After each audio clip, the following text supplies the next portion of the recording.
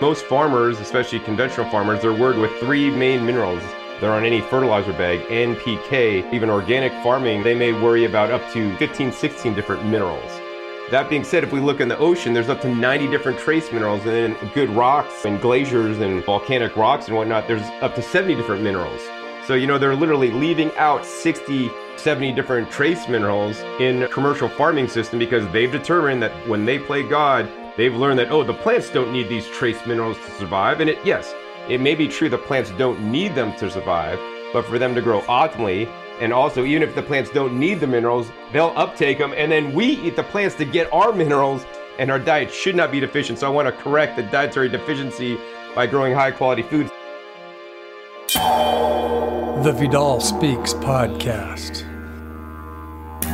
Episode 59, John Kohler, Healing with Raw Food.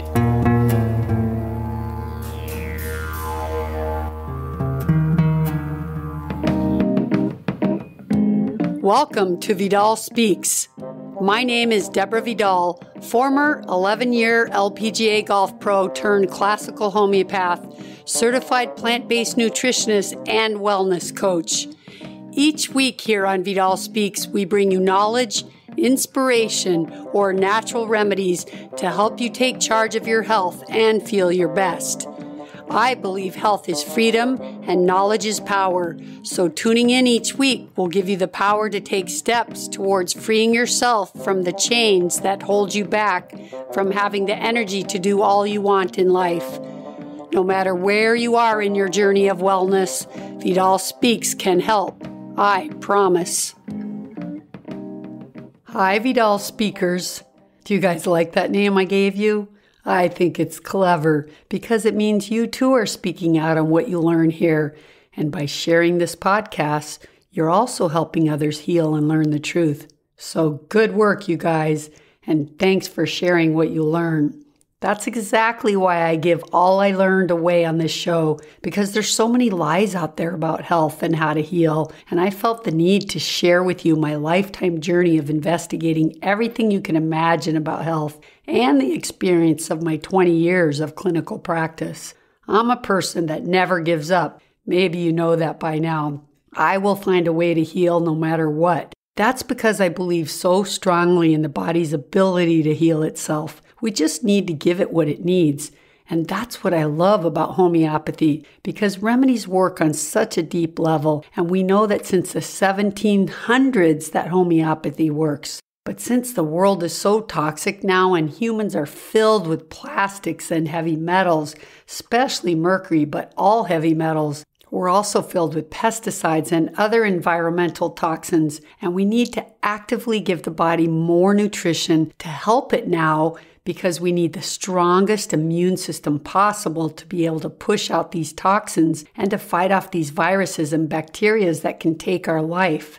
Speaking of horrible viruses that can take your life, you're going to love the story of my guest today, John Kohler. When he was in his 20s, he suddenly dropped to the ground vomiting and had to go to the ER. Turns out he had a life-threatening condition that was likely to take his life. While in the hospital, they told him there was no treatment for his condition. They also discovered he had genes that gave him a weaker immune system than others, and it would be likely that if he did survive, he would get this again. He instantly decided he would never go back to the hospital, and he was willing to do whatever it took. I'm not going to spoil the story, but you know how a health scare can often motivate someone to get better. But in John's case, it not only motivated him to get better, but it put him on his life path, because he's helped so many people heal now, and he gives so much away for free just to help others.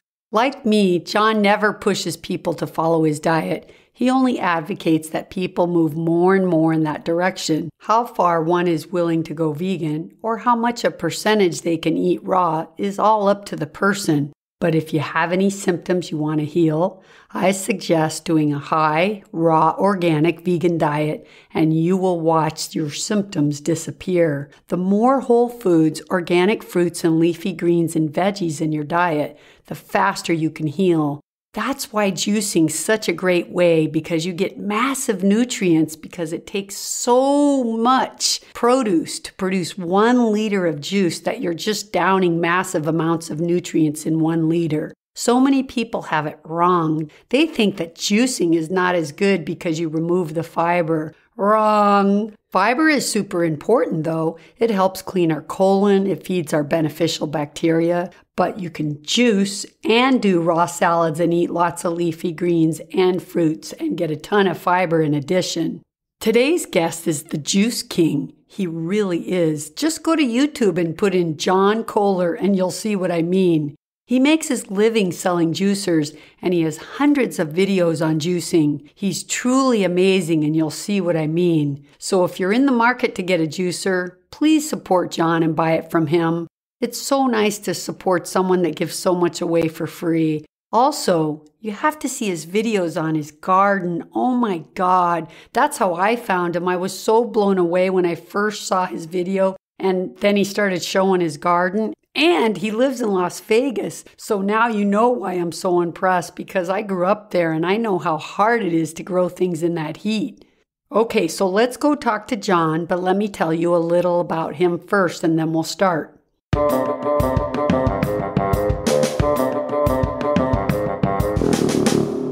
John Kohler has been on an uncooked, plant-based diet since 1995 when he turned to raw foods for healing from a life-threatening illness, which was spinal meningitis, and has enjoyed dynamic health ever since. One of John's goals is to educate the world about the benefits of fruits and vegetables. He is the founder and creator of one of the largest raw food websites on the internet, rawfoods.com, so be sure to check that out. And he started it in 1997. John also owns and manages discountjuicers.com, and he's the #1 expert on raw foods, appliances, and gadgets in the whole world. His latest projects are growingyourgreens.com, where he teaches people how to grow food at home, and his other website, okraw.com. You can learn from his wealth of raw food knowledge. I was so excited to get John to come on this show because he has so much knowledge, and I'm looking forward to him sharing with you about growing in your garden and starting to grow your own food along with eating a high raw diet, and just how he healed himself. It's a great story. He has more than 2,200 videos on YouTube, so be sure and check it out. But what a great opportunity for all of us today for me to be able to speak with him in person. Okay, you guys ready? Sit back, relax, and enjoy this one. Here we go.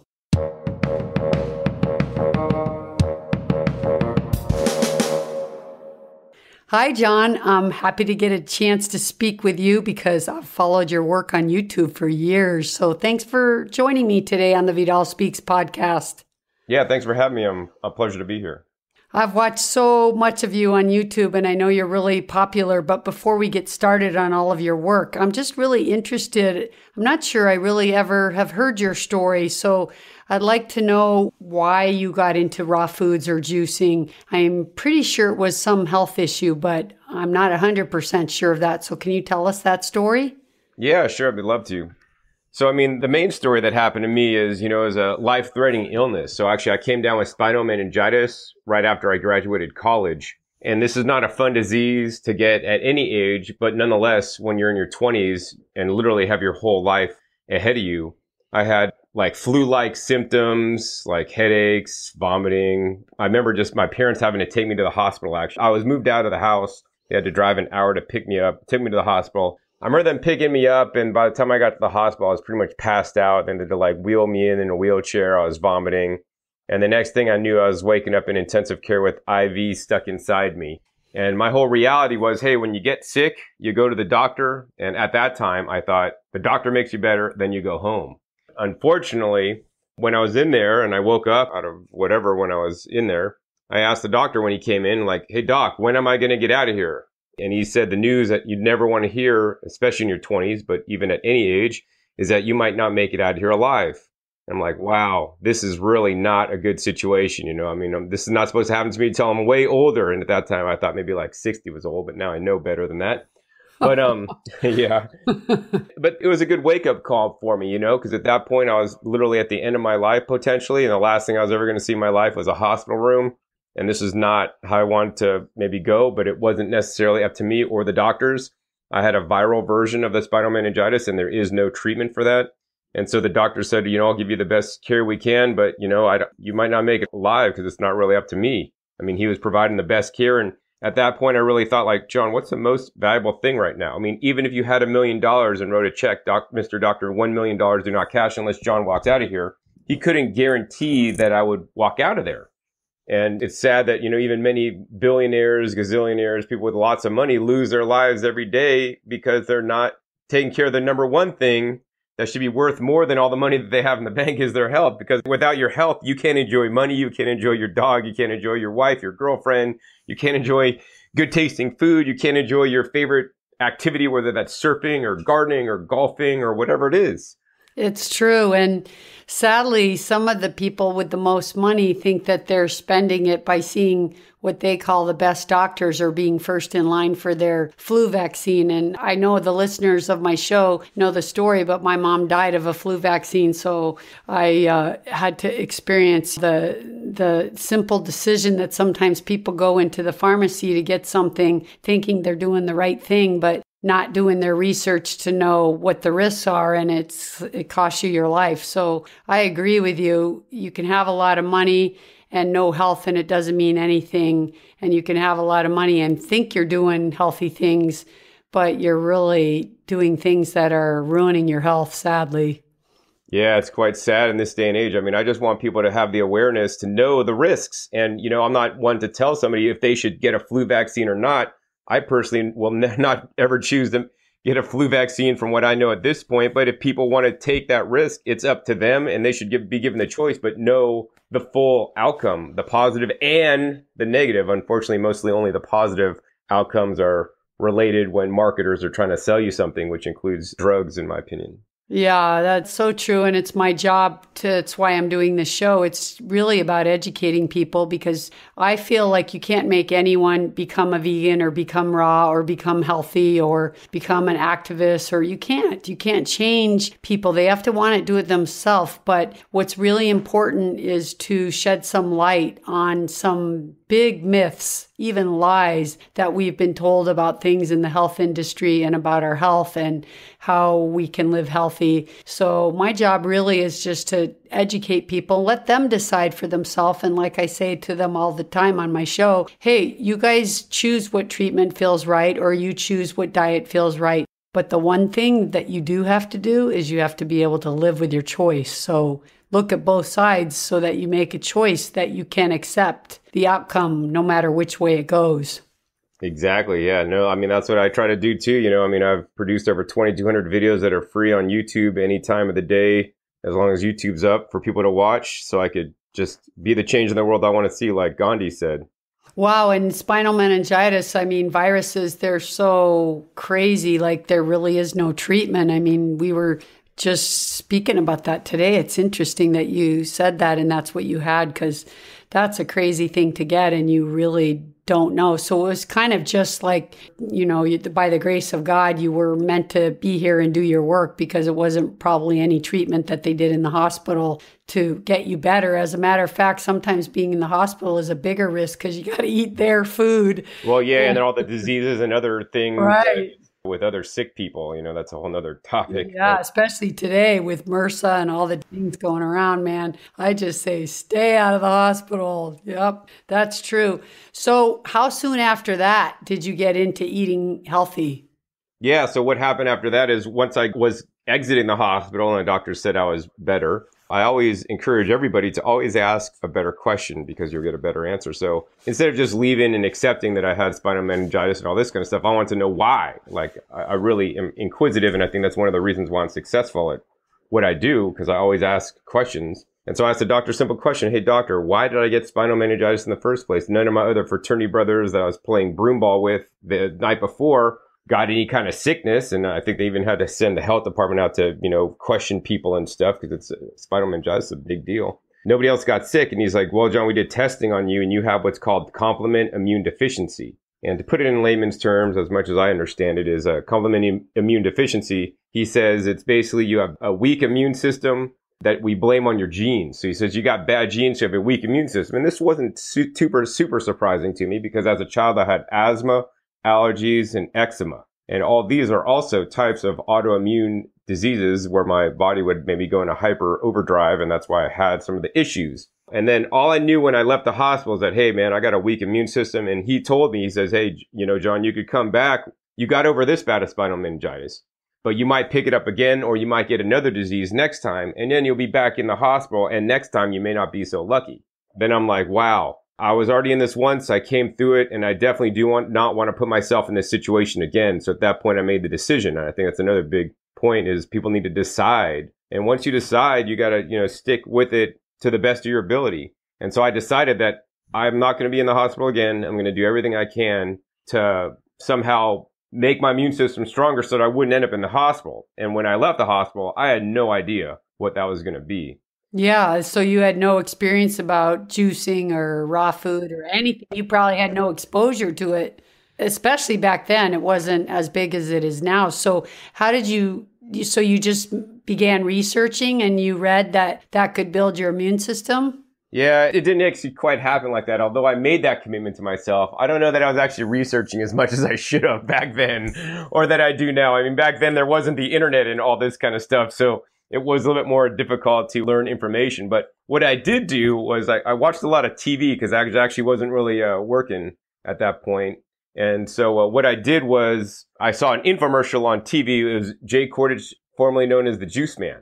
Yeah, right. And he basically says in his juicing infomercial is that juicing could help, you could gain energy, lose weight, and you could build your immune system, he said somewhere in his infomercial. So I'm like, I got to start juicing because this guy says juicing builds your immune system and I need to build my immune system. And so I got on the phone, ordered the juicer. And I mean, this wasn't the days of 2-day shipping or anything. So it took like 2 weeks to get there. But meanwhile, I went down to Walmart and just bought an inexpensive juicer to start juicing. And I mean, I found out very quickly that you get what you pay for in juicers because the cheap one was starting to smoke. And I was just trying to juice the same stuff Jay was juicing in his infomercial and whatnot. Right. Well, we're going to get into juicers because I know you're the expert. So you started juicing. Did you notice any effects in the beginning? No, I mean, the main thing I did was I think juicing is so beneficial because it displaces what you would normally eat. So, for example, I just started juicing for breakfast instead of eating my normal breakfast. I mean, at that point, I thought I was a pretty good vegetarian who still ate chicken and fish sometimes. I read my ingredient labels and all this kind of stuff, not tried to have a lot of junky stuff, but still, that was the diet that ended me up in the hospital. So I probably juiced for about good 6 months, mostly carrots because they were pretty inexpensive. And which led me to the next stage, which was I was at a health food store. Actually, it was the Alvarado Street Bakery, which they make a sprouted bread. And they actually were in the city that I was living in. And actually at their bakery, actually they had a health food store. It was a kind of like a co-op that you could shop at if you're somebody local or like an employee. And so I was in there and they have like a full supplement section. And on the bottom shelf in the supplement aisle, there's a book called Cleanse and Purify Thyself by Dr. Richard Anderson. And he talks in that book about colon cleansing and how death begins in the colon and how if you're all clogged up in the colon, then you could have all these sicknesses and you could have psoriasis and eczema and skin conditions. And he also talked about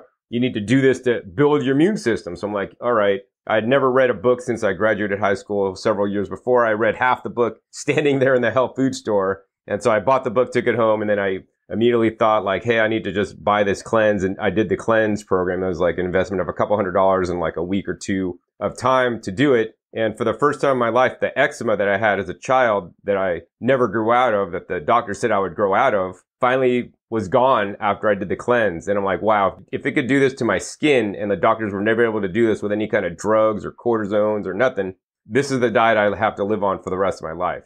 Wow, that's cool. So it was a diet along with a cleanse. Like the cleanse was the diet, but you probably also took some supplements to help clean the colon. Well, okay, so the cleanse was the cleanse. And on the cleanse, actually, you take this psyllium and bentonite mixture. You do herbal chomper and some chlorophyll. It was basically a cleanse. And then he also, in the book, he says you could actually drink as much fresh juice as you wanted. Unfortunately, I missed that point when I read the book the first time, so I drank as much fresh water as I wanted. So basically, it was a really hardcore, it wasn't a water fast because I was doing water fast plus the herbs, but it was a pretty hardcore cleanse. But the diet that he recommended in the book actually was the raw food diet, which was like, I'm like, that's a crazy raw food diet. And then the other thing that was interesting, back when I got the juicer from Jay Cordage, there was 6 cassette tapes that came with it, which kind of dates it a little bit, but and nobody uses those anymore. But on the first cassette tape, he said something that I'll never forget. He says, the one thing that prematurely ages you faster than anything else is cooked foods. Don't put cooked foods in your body.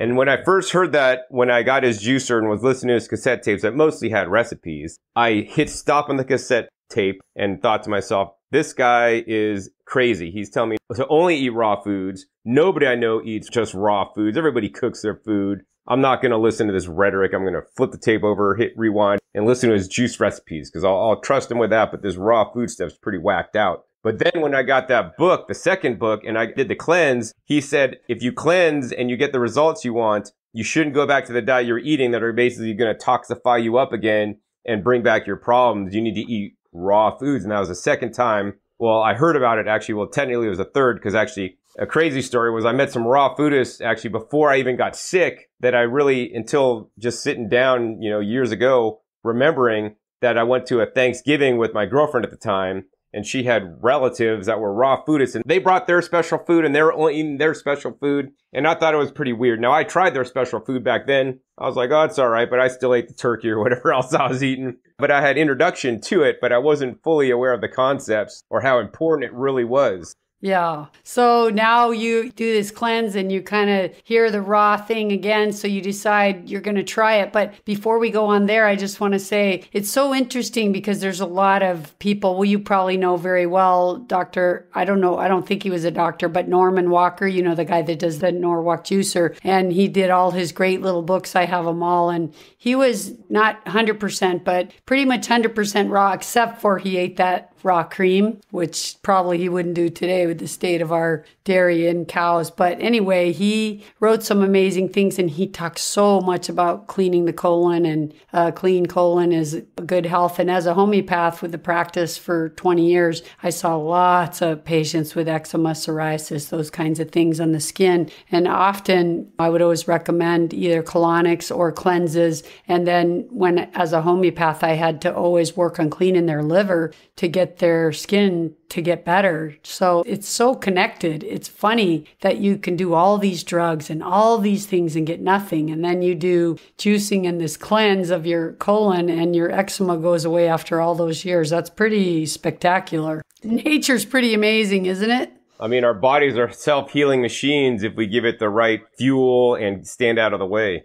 Exactly. That's so true. So then did you go 100% in or did you just start gradually trying to increase more raw foods? No, at that point for me, it was literally life or not life. So since I had a health condition and the doctor said I could end up in the hospital again, whatever, my goal was to not end up in the hospital. And my belief at that time, which still almost remains till today, is that, hey, if I eat raw foods and high nutrient foods, I'm going to stay out of the hospital. I'm going to be healthy. And if I eat junk foods, it's going to put me back in the hospital again because I already have what the doctors call the defective immune system. I like to think, or the doctors call the complement immune deficiency. I like to say now that what I have is actually maybe genes that maybe aren't as strong as an average person, but due to epigenetics, we can basically have our genes be expressed a certain way or not. So, depending on the food you eat is going to be how your genes are expressed. My immune system can be stronger based on the foods I eat. If I eat the proper foods, so my immune system could fully function properly. And if I eat defective foods or bad foods,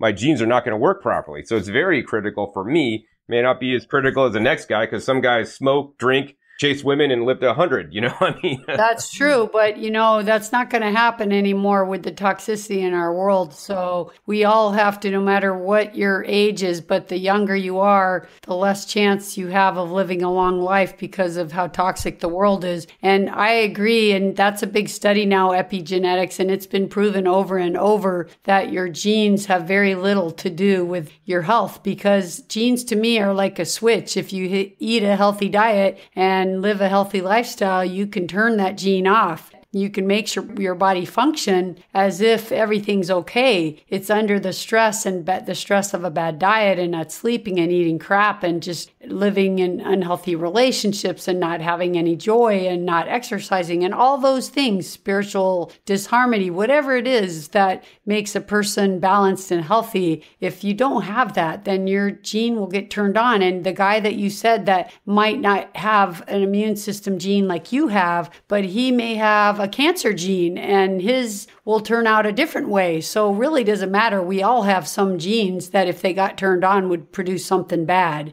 We just need to live healthy so they all stay kind of turned off as long as possible. That's the main thing. So I agree with you. I think sometimes doctors like to blame genes because they're kind of scientists and that's what they look at. But the truth is that doesn't really matter. That's why I can't believe when I hear stories of someone like Angela Jolie who went and cut both her breasts off because she had the breast cancer gene. But you know what? That you just eat healthy and it doesn't get turned on, and you don't need to do that out of fear. But I'm not knocking for people who want to do that if that's really what makes them feel safe. But I'm saying that to me, the insurance is your lifestyle and diet. That is number one. And I think they've proven that, don't you?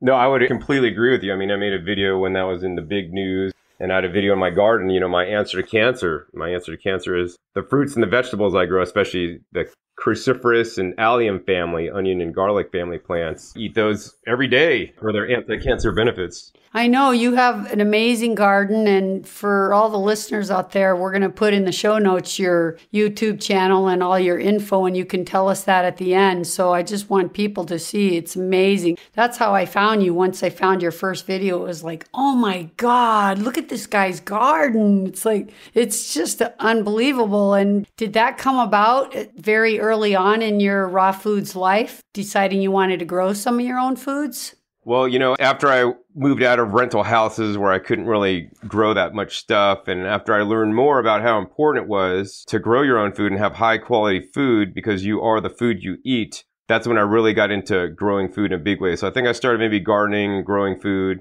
maybe like 5 years into my raw foods journey. That's when I started owning my house, but I started only planting in the periphery. And then a couple of years later, I just decided, with the help and encouragement of a friend, to convert my whole front yard, my whole lawn, into a raised bed garden because it was much more serving to me to actually grow my own food than to just have to keep buying it. And the other thing that's really unmentioned is that with my research on my journey of my raw foods diet, I always try to do this process called Kanai. It stands for constant and never-ending improvement. In Japan, it's also known as Kaizen. They actually have a word for it. We don't really have a word for it in English. But it's basically just whatever you're doing today, try to improve what you're doing tomorrow, whether that's the relationship with you and your wife, your husband, when you're being efficient with working, how you could save 1 extra second off your time to do a task. And if you saved a second every day for the whole year, you'd save several minutes off that same task, right? And so on my raw foods journey, I've always asked myself, hey, John, how could you do a raw foods diet better? Granted, a plant-based raw foods diet is probably one of the healthiest diets on earth, but how can you make it better? And one of the ways is I couldn't really change the food. I was already eating fruits and vegetables. You could, of course, eat more leafy greens or turmeric or you could eat certain things, kinds of food. But the thing is, I want to increase the quality of all the food I was eating because I found that one of the big things that are hurting people's health today is the industrialized agriculture system, whether that's conventionally raised food or even organic food. The food is being grown for profit. It's not being grown for nutrition. So if you grow high quality food, you could have almost twice as much protein, over twice as much as certain specific trace minerals. And then those are studies that I've seen. And then to surmise, you could say, hey, there's even going to be higher levels of phytonutrients and phytochemicals, which are the really plant protective properties that are good for us. Yeah. So what do you do to your soil to make sure that happens? Yeah, that's very important. So most farmers, especially conventional farmers, they're worried with 3 main minerals. They're on any fertilizer bag, NPK, and those are 3 minerals. And most conventional or even organic farming, they may worry about up to 16 different minerals. That being said, if we look in the ocean, there's up to 90 different trace minerals. And in good rocks and glaciers and in volcanic rocks and whatnot, there's up to 70 different minerals. So, they're literally leaving out 60 70 different trace minerals in commercial farming system because they've determined that when they play God, they've learned that, oh, the plants don't need these trace minerals to survive. And yes, it may be true that plants don't need them to survive, but for them to grow optimally, certain minerals are shown for plants to grow better. And also, even if the plants don't need the minerals, they'll uptake them. And then we eat the plants to get our minerals from the plants instead of a centrum A to Z to zinc, because supplements are good for when your diet is deficient in nutrients, and our diet should not be deficient. So I want to correct the dietary deficiency by growing high quality food. So one of the things I do is I add things like sea solids or sea minerals, both foliar feed into the leaves, front and back sides of the leaves. The leaves can actually absorb the minerals, and also spraying that into the soil. You spray that on as a liquid. Right, as a liquid. So it's just basically the easy way and the cheap way to do it. You could get an agricultural seed product to do this that can be quite expensive. Or if you're pretty cheap, you could actually just get some clean water, like some distilled water, some reverse osmosis water, and go down to your local health food store and get some good high quality sea salt. Now, I don't recommend eating sea salt because I think sodium, as it is a required nutrient, too much of it is not a good thing for both us and our plants. But if you take some good quality sea salt, just evaporated, that looks like dark and cloudy, that's the presence of other minerals besides just being that white crystalline salt that's nice and pretty. You want to get the dark stuff and put 1 teaspoon of that stuff, good quality sea salt, into 1 gallon of water. And you could spray that on your leaves of your plants and spray it into the root zone. And I wouldn't recommend doing that any more than maybe once every other week. So once every 2 weeks, because otherwise you could get a sodium buildup in your soil and on the plants, which is not a good thing either, because they could lose their life with too much sodium, just as we can. Yeah. And do you add any other things into the soil? Oh, absolutely. So into the soil. So that's more of a fast acting mineral shot. And so that's good also if you're growing wheatgrass or microgreens or sprouts, but into the soil to build the soil structure, because that's the other thing we're losing. We're losing topsoil in the current farming practices when they do tilling and all this kind of stuff. So I do a no-till gardening method where I'm not disturbing the soil. And so that does a few things. But the other thing I add is actually known as rock dust. So they're basically ground up rocks, horticultural grade rock dust. You could also just get standard rock dust from a rock quarry, which is the cheaper way to do it, but not assure that you're going to get a good spectrum of minerals as when you get a horticulture grade rock dust. But that adds up to 70 different trace minerals in my soil so that my plants could uptake them. Now, those aren't absorbed as easily or as readily by the plants because they need to go through the whole digestive system of the soil, which is a whole nother topic. And those are the other main things I add. So to increase the digestive fire of the soil, we need to add things like compost. Compost is rich in generally bacterial matter or bacteria, much like we have probiotics in our intestines and beneficial yeast and bacteria that help us digest our food and act as part of our immune system. So does the soil. And unfortunately, organic and even conventional farming systems don't really focus on building the soil microbiome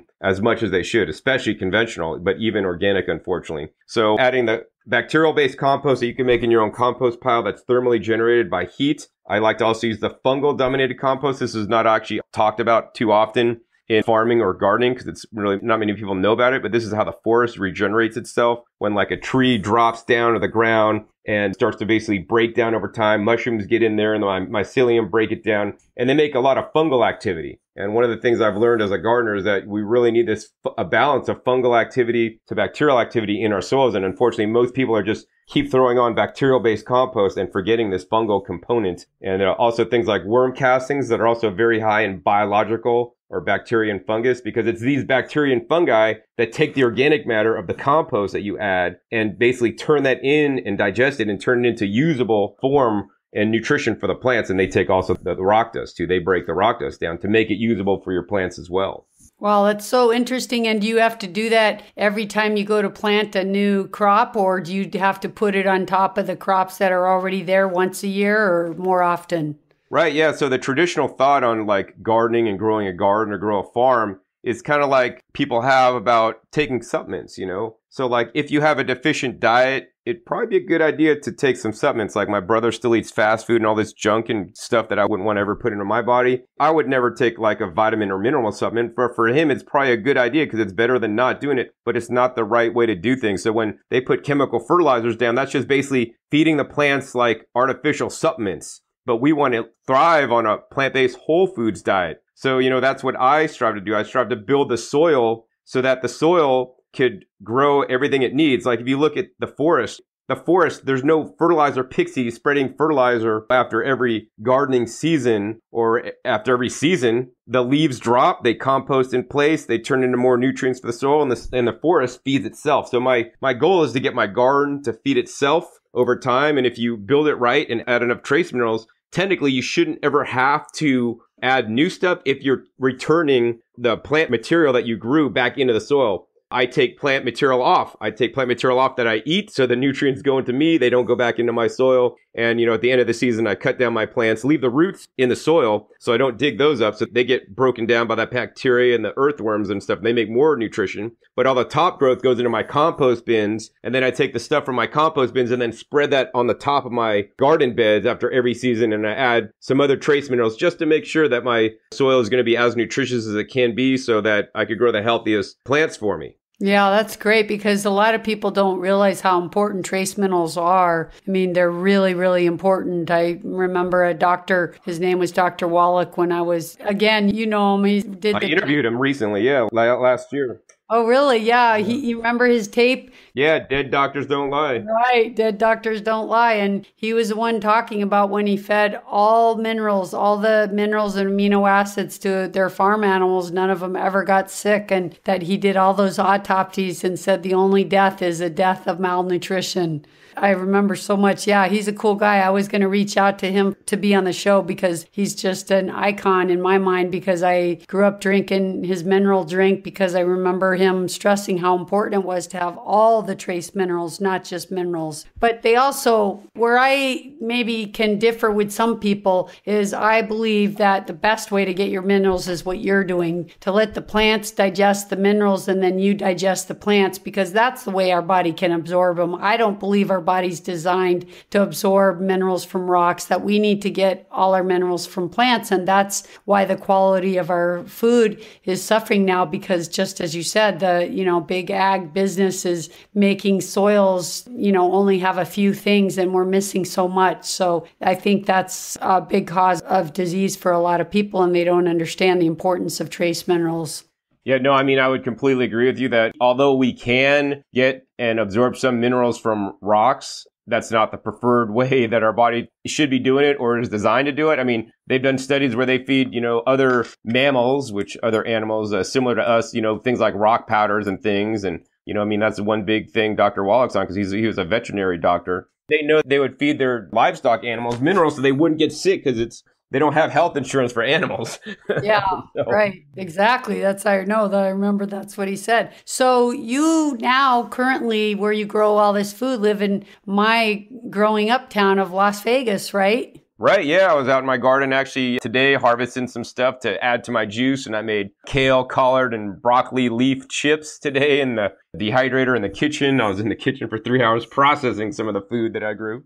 Wow, I want to go there because I want to know some of the foods that you eat and that you do. But tell me first about Las Vegas. Doesn't seem like the place that would be so easy to grow this luscious garden. It can get 115 in the summer and freezing in the winter. How do you manage that?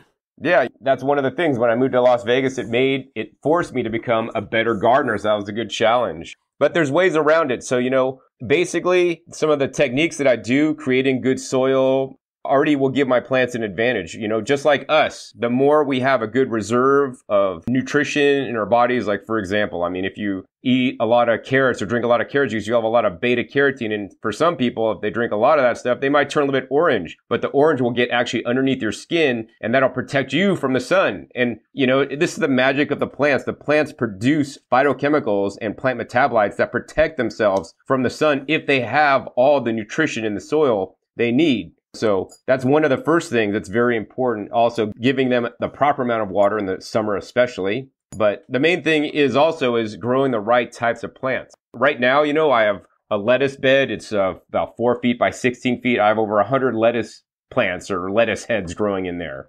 Wow. I could harvest a lot. And then I have another bed with 60 plants of broccoli and cauliflower and bok choy and cabbage and all different kinds of things. And I grow the right plants in the right season. So this is the time of year when I'm growing mostly leafy greens. About some of the only other, I grow some root crops also this time of year, maybe some onions and maybe some snow peas. But otherwise, I'm not growing any fruiting crops. So the fruiting crops, they're the summer season crops when I could grow cucumbers and tomatoes and peppers and eggplants. And then in the summertime especially, it's important for me to always be growing my greens. That's actually my YouTube channel named Growing Your Greens, because I really want people above all else to grow and eat leafy green vegetables. They're the highest and best nutrition on the entire planet, and most people unfortunately don't eat enough quantity of them. But in the summertime, I can't grow like the lettuce. They're not going to really grow well. So on the summertime, I get to grow cool and new varieties of leafy greens that most people don't get the pleasure of eating, including Janera procumbens, also known as longevity spinach, also things like Egyptian spinach, grown in Egypt, where it's,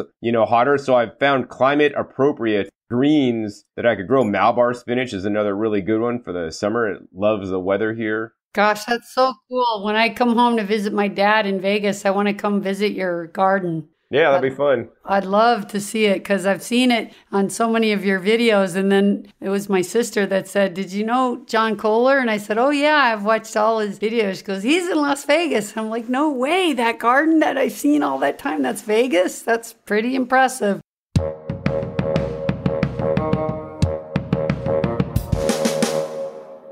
So speaking of juice, it's time to take your break and have a big swig of your green juice.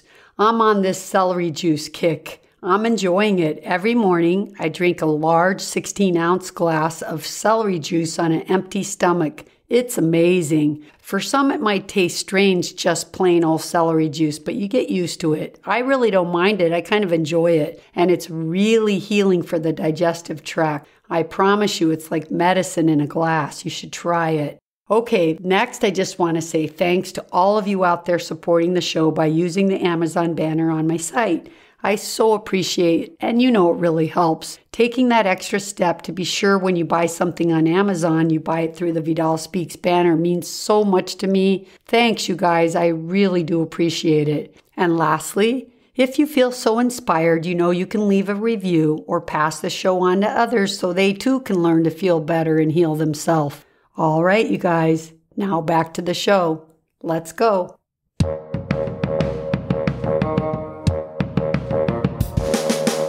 So tell us about what you did today with your broccoli chips. I would like to know what that is you made. Yeah, so kale chips are all the rage these days. Unfortunately, many kale chips that you might buy packaged in the store, there's a few problems with them. Number one is the price. If you go to buy a bag of kale chips, for a 2-ounce bag, it might cost you, depending on where you live, $4.99 or $5.99 for 2 ounces of food, which is insane. I think, kale chips one day should be like 99 cents and be in snack machines so kids could buy kale chips for $1. I don't know that they'll ever. Yeah. Once again, they're a lot healthier than potato chips because they're dehydrated in most cases, not fried. But the other problem with a lot of the kale chips is that they may add things like oil that I don't necessarily like to eat, extracted oils, because they're pretty much nutrient-less foods. They just have a lot of calories, and then they have a lot of salt in the kale chips. So what I did was I harvested any kind of leaves. So people think kale chips, you got to grow kale. Well, any kind of leaf will work. I even dehydrated today some of my sorrel. So red vein sorrel leaves are very pretty, but they taste really good because they have a lemony flavor when they're dehydrated. But I harvested a mixture of leaves because I have a lot. Cauliflower leaves, broccoli leaves, kale leaves, collard leaves.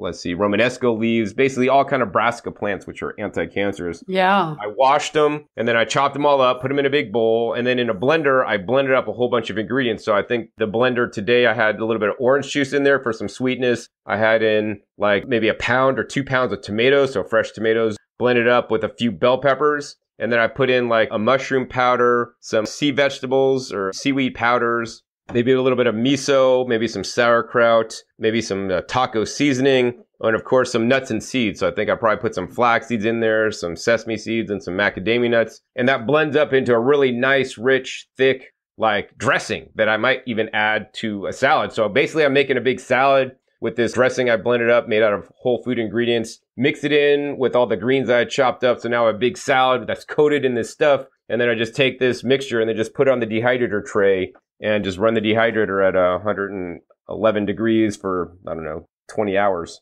Yeah, I know. That's the best. I have a dehydrator. I've made a lot of things in there. I use it for when we soak the nuts and then to re-dehydrate them, to get out the phytic acids, because my partner Lloyd, he can't do nuts unless they're sprouted like that.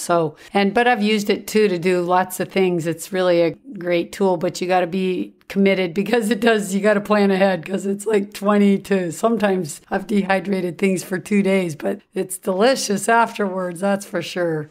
And I'm curious too, when you grow your garden and you have these different veggies like the brassicaceae, did you learn, we have all these plants as medicines in homeopathy. So it's funny you say these names and I think of all the remedies and how we use them, and they're very anti-cancer also the way we use them in homeopathy. But did you take a while to learn all this stuff about the plants? Has it just been over the years of growing your garden because it's kind of like your passion and your hobby now? Yeah, no, I mean, one of the other things that I do is I do continual research. So, I mean, just today when I'm actually in the kitchen making food, I have a headphone on listening to YouTube videos from, today was actually Dr. Joel Furman, just hearing some of his latest research and work. And I buy audiobooks and listen to those many times, and it's a constant, never-ending journey that I'm on to continually learn about new different plants and ways I could improve my diet, even though I've been doing this now for 22 years, because I could always get better. So one of my latest methods now is to, besides growing high quality food, I want to grow food that money literally can't buy. So, you could go down to the store and buy broccoli or kale, but you can't go down to the store and buy ashitaba greens or katuk greens or Egyptian spinach greens or longevity spinach greens. All these things, you pretty much money can't even buy, even if you had the money. So if you want the phytonutrients in these plants, you have to grow the plants yourself. So I really try to grow, aside from the common ones, I try to grow a lot of uncommon ones too. And then I have to learn about some of the nutritional values and what these plants are good for. But in the end, I don't really care so much that this plant is good for this disease or that disease. I just want to get a wide spectrum of nutrients in me, because they're discovered and still yet to be discovered nutrients in all these plants. And who knows what they all do. But I know that plants are basically little chemical factories, right? They're natural chemical factories. And they make these plant metabolites that I talked about a little bit earlier for themselves. I mean, did you know a tomato can make up to 300 different plant metabolites? And most people might know lycopene. But there's all these other ones that are both known and unknown, and who knows what those are going to be doing. And the plants make it in, result of the stressors that they're having. So if a tomato's in 110 degrees and it's really hot and they're frying, they're going to create more of these phytonutrients to prevent them from getting sunburn. So actually, on some levels, some of the food I grow in Vegas in the summer is more nutritious than one grown in a milder climate, because the tomato has to deal with the more stressors. So it's making a more nutritious food, Yeah, and to your point, they sell lycopene and people go buy a bottle of a supplement, but you're taking one small element out of a tomato, when if you ate the tomato itself, you get all of those nutrients, and no one knows what all of them together, the synergistic effect of all of them are the healing power, not just one separately. So that's why food is really thy medicine. Let food be thy medicine and medicine be thy food, because it's everything involved in that tomato or whatever plant that's healing, not just pulling out one substance. And that's where people have to really think about supplements versus diet, in my opinion anyway. So another question I have about Vegas and things there, do you grow things indoors? Like, do you do a lot of sprouting? No, that's one of the things that I really want to do. I mean, I travel so much. Actually, just a couple of days ago, I got home from being in Hawaii for 2 weeks. So sprouting takes a bit more of a time commitment, whereas, I was literally not at my house here to tend to my garden for 3 weeks. It was on an automatic irrigation system. Of course, it was also been raining a little bit, and, everything got watered and was grown without me. But microgreens and sprouts, you got to kind of be there to manage them and take care of them. So one of my big goals to do that, and there's some new products that are going to come out, make it a lot easier to do that. And when they do come out and I do get one, I'll be making reviews on those to share them with people, because I'm like everybody else. I'm just a consumer and I'm a busy guy, and we got to take some priorities. So I'm glad I could grow my own food, and I'm sad on some levels that I don't have as many sprouts and microgreens, because those are some of the most beneficial foods that you could grow anywhere, even if you don't have a yard outside, even if you live in an apartment in New York City. And I do have videos talking about growing microgreens and sprouts and how easy it is and whatnot. Yeah, and those are some of the first foods I always recommend for people to get started with, because they can do it right there in their kitchen. Yeah.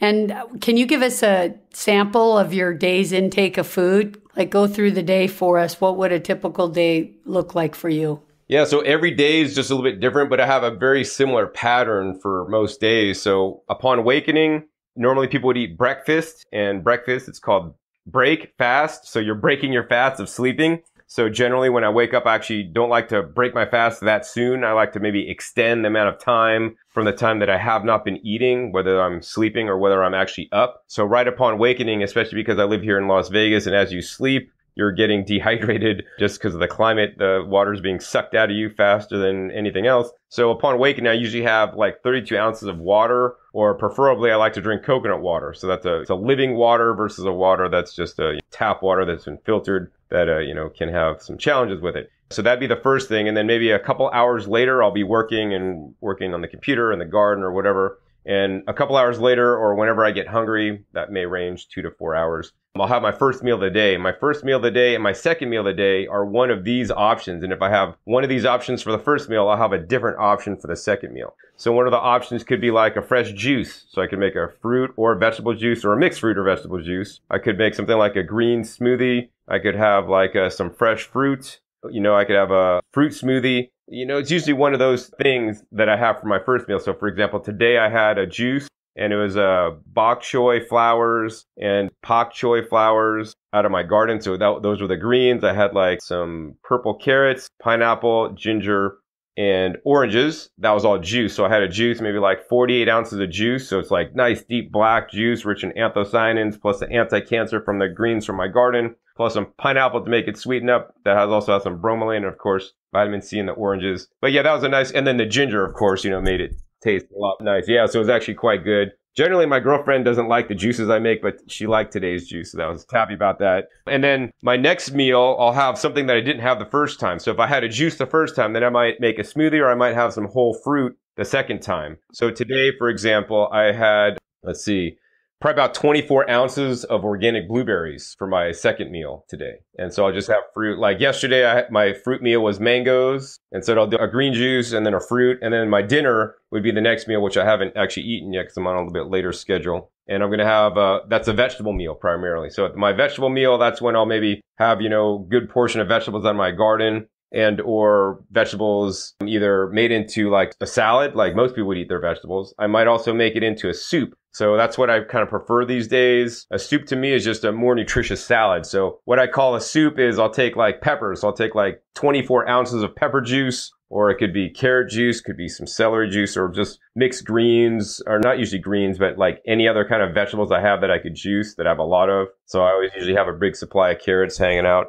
and peppers and tomatoes, could do tomatoes too. I'll juice those and get the juice, and then I'll take half of that juice and then I blend that in the blender. And I blend in the blender under vacuum. So I now have created my own vacuum blender, which will be released into the public later this year. Cool. When you take out the air out of the blender, basically you're blending in an oxygen deprived environment. So you're not getting all that oxidation that's occurring in the blender, because when you're blending in the blender, you're losing valuable phytonutrients. So they did testing where they blend in a vacuum blender versus a non-vacuum blender. Especially in the test, they tested blueberries, and there's a polyphenol in blueberries that they tested. And basically it was 2.5 times more of this polyphenol in the vacuum blender than without it. And also the color difference, the color change is notably different vacuum blending versus not. So now the sauces I make, instead of looking like diarrhea, as some people on my Instagram would comment, because it's oxidized when I blend up tomatoes and sun-dried tomatoes, it looks nice, more vibrant, like blood, or a nice, more vibrant red color than this oxidized, like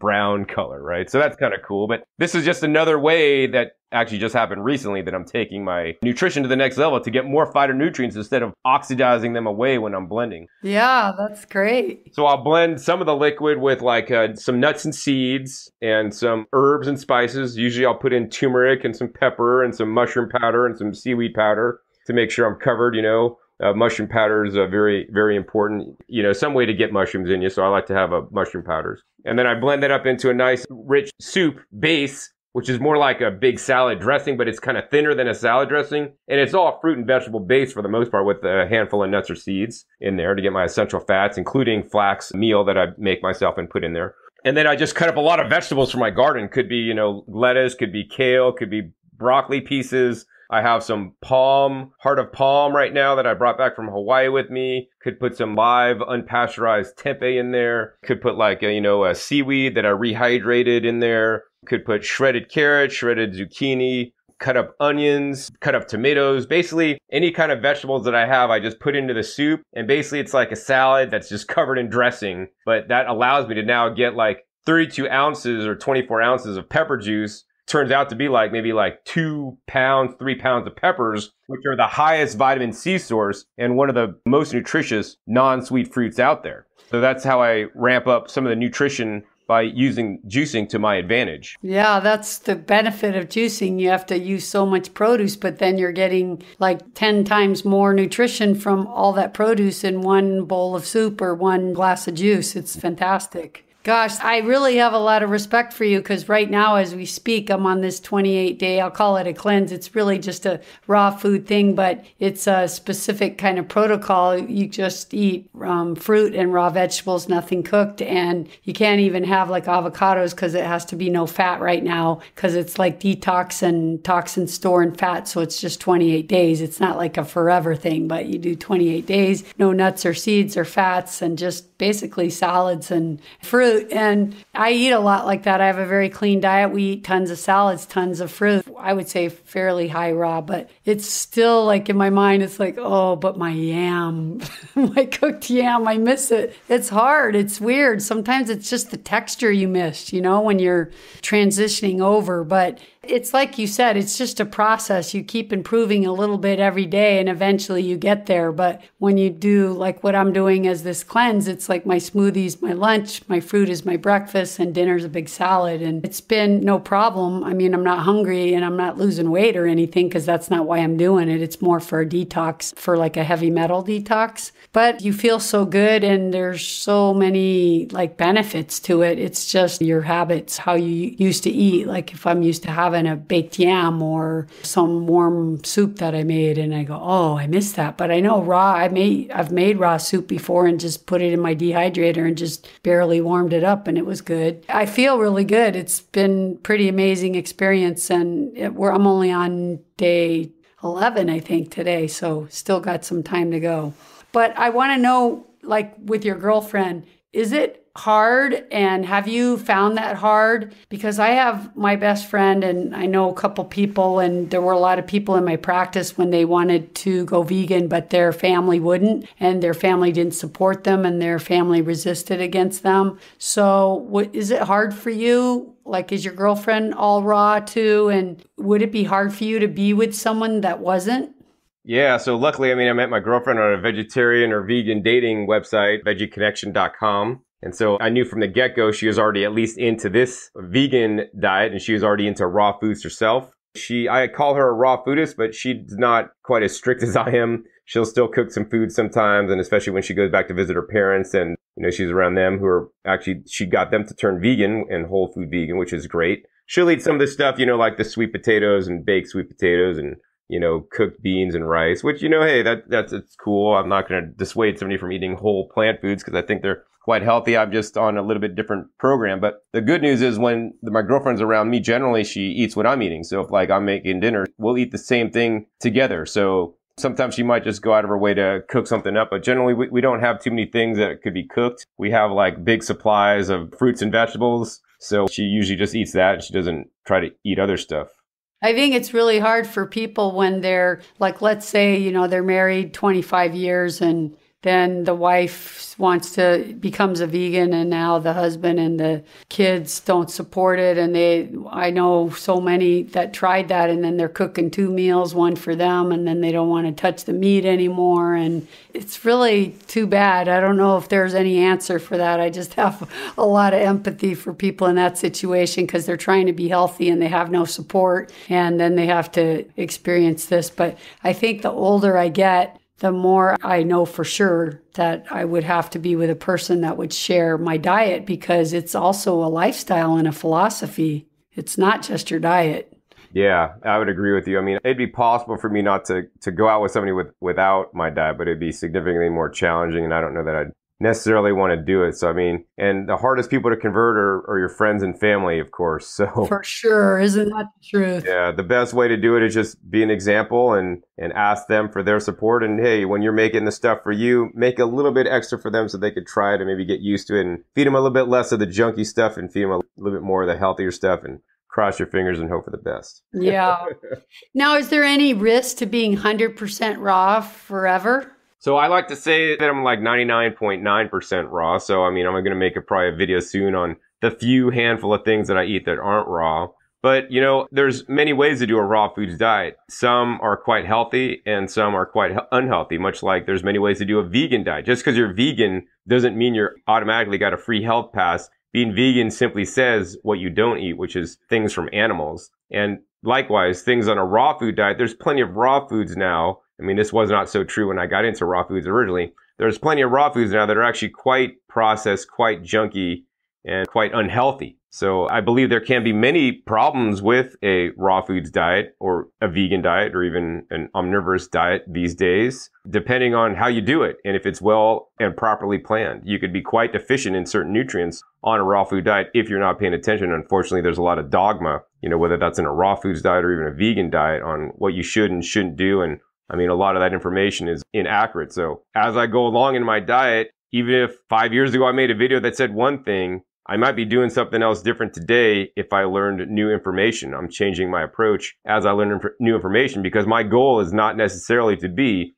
100% raw. My goal is to be 100% healthy. And that's the best goal. And ultimately, that's really what it's about. And I don't know if I'd say it's really my own criticism, but from raw food cookbooks or raw food people or raw food places that I went to, one of my own problems with a lot of raw food diet people is that they eat so much fat because they're using coconut oil and nuts, and they're making all these high fat desserts and oils. And it's just, that's not healthy. Like you said, you know, raw food is about using a lot of whole foods, but oils are, as you said, an extracted part of a plant that's pure fat with not much nutrition in it. And, you know, you're better off eating the olive than the olive oil. But so I think a lot of raw foodists tend to fall to those foods too much sometimes, and they get away from the greens, or, you know, they get bored with the salad and they start just doing fast things or raw food packaged things that you can buy.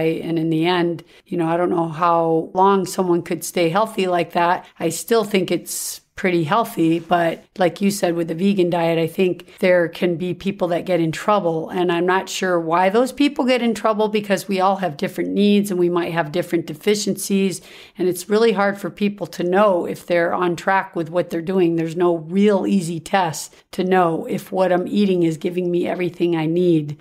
So I think that's one of the difficulties when you eat this way. Are you getting enough B12? Are you getting enough minerals? How do you know if you are? How do you know if you're not? I remember that raw food lady, she kind of wrote a raw food Bible. You probably know her name. I can't remember it. She was raw food for years, and I read her big Bible book. And then I remember the vegan community going crazy because she decided to stop and she started eating eggs and meat again. Oh, right. Yeah. I don't remember her name, but I mean, once again, you know, there's many ways to do raw foods. And unfortunately, most of the ways that are being taught, like you had mentioned, you know, there's too much fat and too much salt and sugar. And so you need to really have a balance, and that's really important. And try to remember to raw foods diet should not be about, the only factor in a raw foods diet should not just be, is the food raw or not? Was this agave syrup processed at under 118 degrees? And if it was, it's all right. No, agave syrup, whether it's processed at under 118 degrees, under 95 degrees, it's still an extracted sugar product. It's not a whole food, and it's not healthy. And unfortunately, especially gourmet people into raw foods, and the majority of all raw food restaurants I've ever been to, you know, they don't serve healthy raw foods. Their foods are based around higher fat foods, like you said, oils. And most of raw food places, if I go into a raw food place, it's hard for me to get a salad dressing. I just want a salad dressing of like orange juice and some nuts blended up in the blender. And most of them all have these extracted oil salad dressings. And then they can't believe when I'm telling them like oils are not healthy. And so this is what people think raw foods is about. And unfortunately, there's no real good raw food recipe books that are whole food sources of raw foods that are actually decent recipes. So that's me and my girlfriend's project is we're working on coming out with a recipe book of actually things that I eat that I believe to be healthy, that are a whole foods based and a variety of ingredients. I mean, another thing I see a lot of people get trapped into is, hey, my kale smoothie this morning is kale, bananas, and coconut water, and maybe some spirulina. And they make that smoothie each and every day. And so I think as healthy as that smoothie is, I think it's much better to have a variety of different things to eat. So, today if I ate collard greens and kale out of my garden, tomorrow I'm going to have some of my red lettuce. And the next day I'm going to have some bok choy. The next day I'm going to have some, cabbage. The next day I'm going to have Swiss chard. So every day I make it a point to eat something different. Today I had blueberries and oranges. Tomorrow I'm going to have mangoes and cactus fruits or something, because I have a variety of different fruits and vegetables always available in my home to eat whenever I'm hungry. So I always have lots of choices instead of just one thing. I think that's another thing, a lot of raw foodists get into just eating the same exact thing. And then you're getting a really small spread of nutrients. And it's really good to diversify our diets. Do you have a great shopping place you like, or do you just try to find your organic fruits from certain markets that everyone else shops at? Or is there any farmers markets there, or do you have any place you love that you buy your fruits?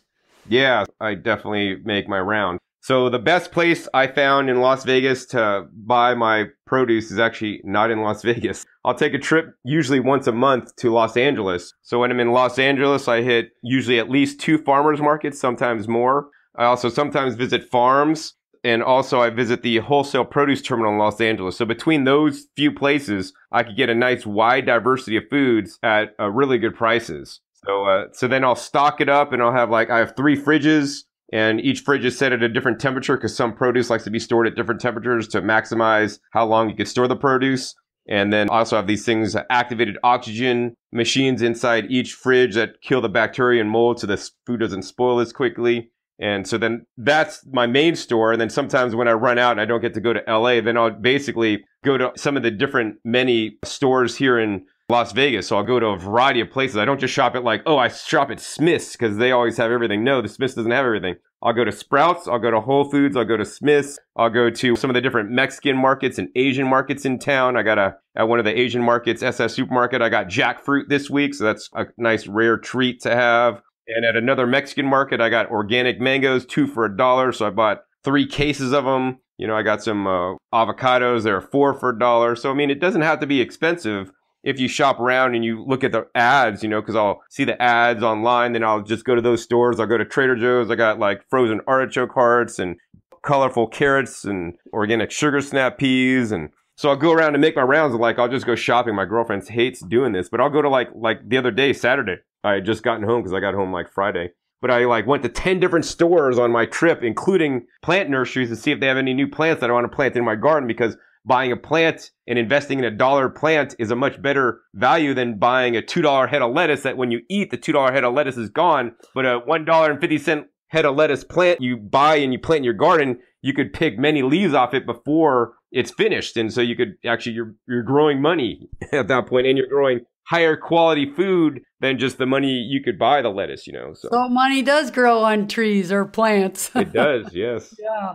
Okay, last question. Can you leave the listeners with your 2 favorite juice recipes and 2 tips of how they can incorporate more raw food into their diet, or how they should do it? Wow. So my favorite juice recipe, I really hate to say a favorite juice recipe, because then what's going to happen is that's John's favorite juice recipe. And then people start making it every day. And I don't want people to make whether it's my favorite juice recipe. And I don't really personally, everybody always tries to pin me down. What's your favorite juice recipe? My favorite juice recipe is whatever's ripe in my garden that I need to harvest and use. So I have, instead of a juice recipe, I have a juice formula, or a juicing formula that I would like to share with everybody. Okay, that's good. And that's a lot better, because then you can, whatever's cheap on sale at the store, you could buy one of these ingredients to make a recipe based around your specific needs, instead of doing my recipe. And you might have to buy kale, but kale's not in season, so it's $5 a bunch or something. And I wouldn't want people to do that either. So here's the formula that I like to share with people is 75% of the glass should be one of these ingredients, of one or many of these. So you could use something like apples, carrots, celery, cucumbers, zucchini, romaine hearts, pears, carrots. Did I say carrots? So use one of those ingredients, say for example, this week at your local store, you could get organic celery for 99 cents a head or whatever. So like this week, hey, if celery is on sale, my mixture is 75% celery juice. I might also maybe throw in an apple or something in there for sweetness. And then the other 25% of the glass is leafy greens. So like in my garden right now, I have kale and collard greens, and actually I have lots of Napa cabbage I got to harvest. The other 25% of the glass is one of those greens. That's good. And that's the basic formula that you could use, and use whatever green you got and whatever other kind of general mild tasting vegetable you could use that's inexpensive for you at that time. Sometimes I also like to mix in, you could use pineapple or oranges, but those are like, that's kind of more advanced topics. Like that's a standard recipe that'll work for everything pretty much. And when you're talking about other things, that's where it gets more complex. And I would actually just refer people to my YouTube channel, youtube.com/raw foods. And that's where I do all my juicing demonstrations. And I have a recipe I put up recently that I really like a lot that I would recommend. I don't want to say it's my favorite, but it's one I would recommend for people looking for more energy, immune enhancing properties, and weight loss. And so that has I think about 10 different ingredients that I have in that recipe, from purple carrots to turmeric to red pepper to even I juice an avocado in there. But that's a really good recipe if somebody wanted a recipe. But once again, I would discourage people from making that recipe every day for the rest of their lives. Maybe like a couple times a week would be good, and always mixing up and getting different nutrients in. Right. And now 2 tips of how they can become, what are 2 good first steps they can take to get more raw food in their diet? So I think the number one step I like to encourage everybody, and I do need to give a disclaimer, is that I do sell juicers for a living, is I would recommend juicing to people. I mean, that's what got me started into a whole raw foods diet and getting the health changes. Unfortunately, in this day and age, most people just simply do not eat enough fruits and vegetables. Most people don't like to eat their vegetables, and they might eat a few fruits here and there. But I think really to maximize the amount of fruits and vegetables you could get in, juicing is so beneficial. So for example, I could take 5 pounds of carrots, which are one of the cheapest produce items and most nutritious actually. Like they sell 25-pound bags here in Las Vegas, non-organic, for like $6, which is insane. So you could take 5 pounds of carrots, run it through the juicer. You could have approximately 5 cups of juice. And now you're getting basically all the nutrition out of the carrots, less the insoluble fiber that it comes out of the juicer into you, whereas you couldn't just sit there and eat 5 pounds of carrots. And if you tried to cook up 5 pounds of carrots into carrot mush, you probably couldn't sit there and eat all 5 pounds of carrots because there's too much extra fiber. And, especially in this day and age when people are malnourished, in my opinion, and not getting enough nutrients, we really need to crank up the foods that have the most nutrition, which are the fruits and the vegetables. So juicing by far is the easiest way to ramp up raw foods in your diet. The next way I would just say is have the fruits and vegetables always available at your home. If you really want to eat healthy, you need to have these available. I have 3 fridges full of fruits and vegetables at any time. And yes, do I have some go bad sometimes? Absolutely. But guess what? That feeds me indirectly because it doesn't just go in the garbage.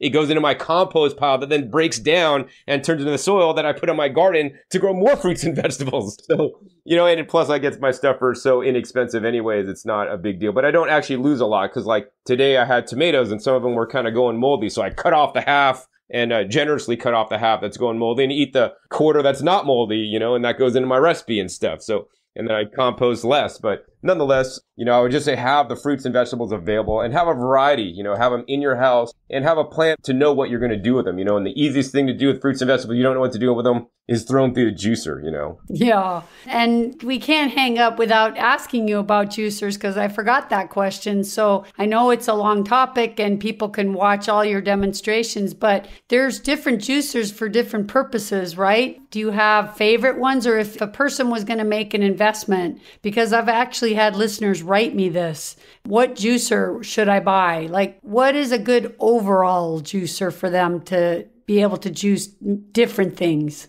Right. So yeah, that's like asking a woman what's her favorite pair of shoes. Because right. You could have 10 pairs of shoes. One could be going to the beach. One could be going for your wedding. One could be going for a night out on the town. One could be for running. One could be for your yoga. Right. Who knows? That's so true. Each shoe kind of has its own specific purpose. And I kind of see juicers like that, right?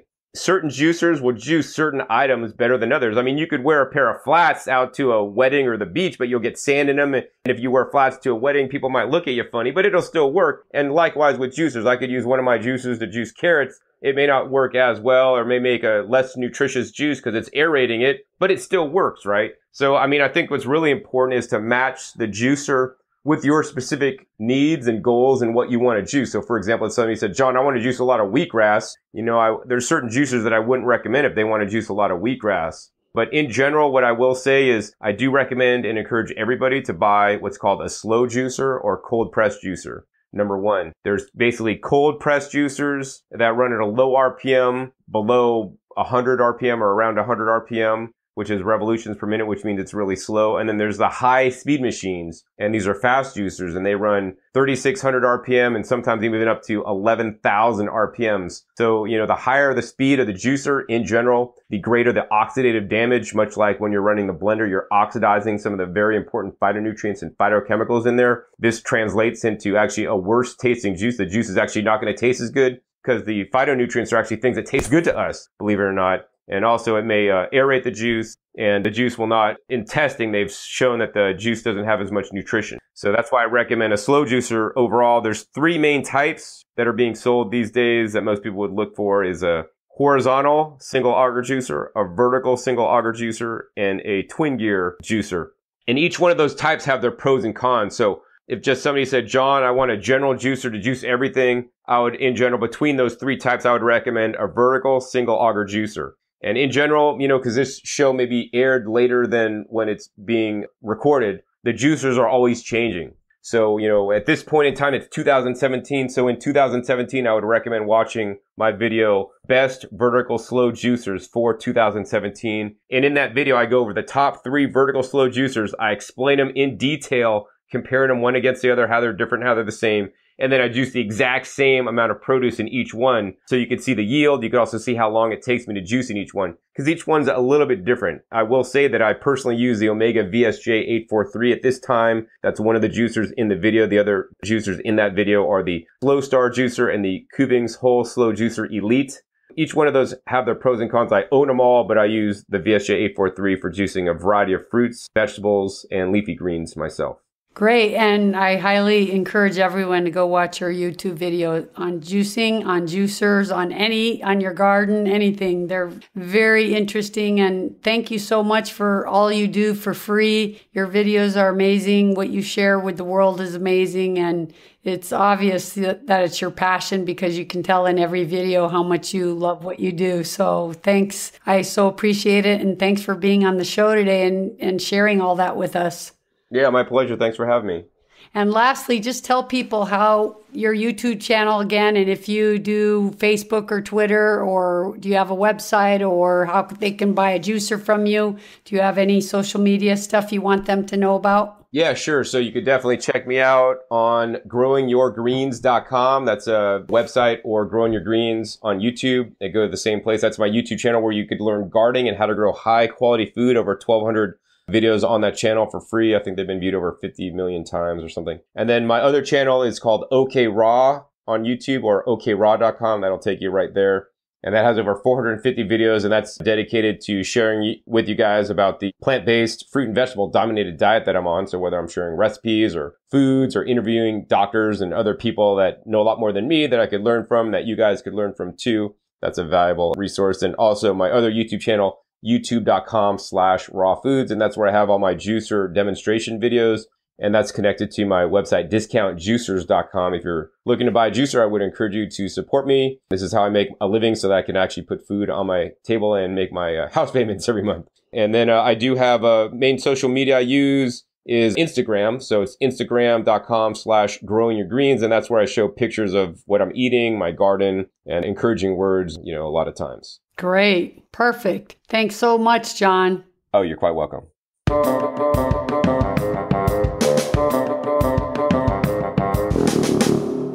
I love doing that interview. John's so passionate about what he does, and you can just hear it in his voice. And since I've been on this 28-day cleanse, I'm even more in awe of how he's 20 years now a raw foodist. And unlike many of the other raw foodists that I've either met or read about, they fill their diet with so many fats by using coconut oil and nuts and making all kinds of raw desserts. They use a lot of sugar and fat. And John, he doesn't do that. He's truly a raw foodist in its purest form. I think for me, it would be so hard to be 100% raw because being on this cleanse, which is all raw, I'm already missing my cooked yam or a hot bowl of soup. But even John said this lifestyle may not be for everyone, but for sure, the high raw organic vegan diet that includes whole foods, juices, lots of greens, and delicious fruit is the healthiest. I love huge big salads with tons of great things in them. I love smoothies and fruit, so it makes it really easy to do a high raw diet. Anyway, you guys, I hoped you enjoyed hearing from a real master raw foodist. Please be sure to check out John's videos and all 3 of his websites. Remember, if you're in the market to buy a juicer, please support John and buy one from him. He does so many videos on which juicer to buy depending on your needs, so be sure to watch those too if you're looking to buy a juicer. And check out his video on raw vegan ice cream. All raw, no sugar added, only dates. It's pretty amazing and delicious.